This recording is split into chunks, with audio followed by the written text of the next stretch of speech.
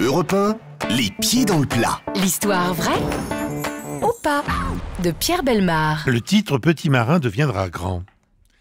Un matin de mai 1954 dans le port d'Arbroath en Écosse, les marins se réveillent avec une drôle de surprise.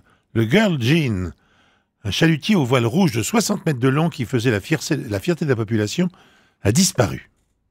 Pour le capitaine et l'équipage restés à quai, c'est l'incompréhension. Immédiatement, tous les navires du port partent en mer à la recherche du Girl Jean. Dans l'après-midi, des renforts arrivent. 4 avions de la RAF survolent les côtes pendant près de 5 heures. Mais à la fin de la journée, la consternation règne, il n'y a aucune trace du Girl Jean. Et pendant 2 jours, les recherches se poursuivent sans le moindre résultat. Le 3e jour, le capitaine du port a presque perdu espoir quand il entend quelqu'un toquer à la porte de son bureau. Sur le seuil, il a la surprise de voir 3 gamins âgés d'une douzaine d'années, Fred, Mick et Andrew.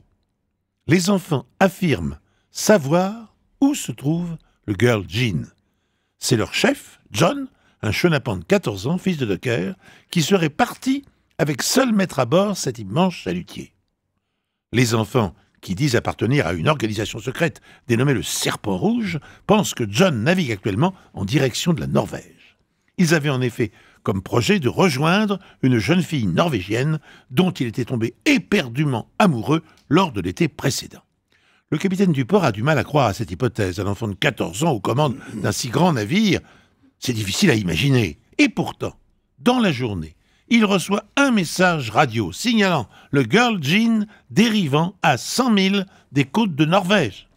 À son bord, seul, sur le pont, John dort du sommeil du juste. Si proche du but, et avant d'être ramené au pays, Manu Militari, on l'autorisera quand même à rencontrer sa dulcinée. Alors, les chenapans. Est-ce qu'on y croit à cette histoire de Pierre Bellemare? Les chenapans, je vais pas interroger tout le monde. Jean-Marie, vous y croyez ou pas? Ouais, moi j'adore, ça m'a rappelé le Grand Maulne, ça m'a... Alain Fournier, bien sûr. Alain Fournier, tout ça, bien Bravo. sûr. Non, c'est bien, Bah oui. c'est romanesque, et on est tellement romanesque à 14 ans Ouais, que j'y crois, et je veux qu'elle soit vraie. Alain Fournier, moi j'étais juste déçu quand il avait été viré du PSG. C'est pas le même. C'est Laurent. Oui, c'est Laurent, mais c'est pareil. Géraldine Maillet. Non, mais il y avait un peu de lassitude. J'avais l'impression que Monsieur Pierre Bellemare ne croyait même pas trop à ce qu'il racontait. Et je pense que c'est trop. Enfin, je sais pas si vous avez déjà... Si, pour lui balancer de saloperie, il dit pas Monsieur Pierre Bellemare.